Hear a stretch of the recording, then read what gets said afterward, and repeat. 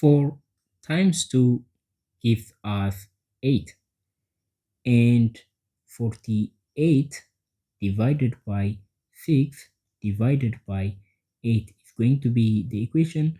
So 48 divided by 6 gives us 8, and 8 divided by 8 is equal to just 1.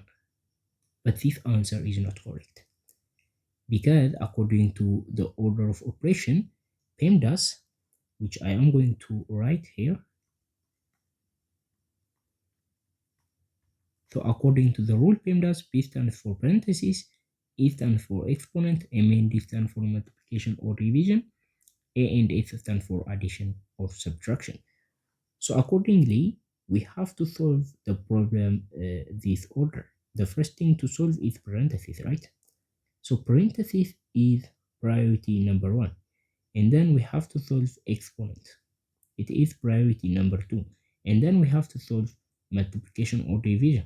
It is priority number 3. And finally, we have to solve addition or subtraction, and it is priority number 4. And here is where most people get wrong. They think multiplication comes before division, therefore multiplication should be solved first, but that is wrong actually.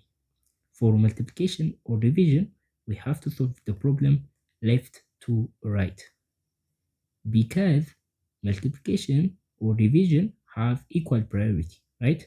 Their priority is equal. They are priority number 3, and we have to solve them at third priority. So that is the thing, and that is what we are going to do in this problem, and we are going to do solve the problem left to right, guys.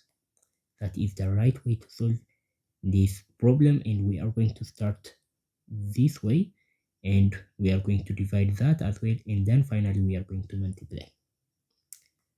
So 48 divided by 6 gives us 8, and the problem becomes 8 divided by 4 times 2. 8 divided by 4 gives us 2, and 2 times 2 is equal to 4. So the final answer to this question is actually 4, not 1.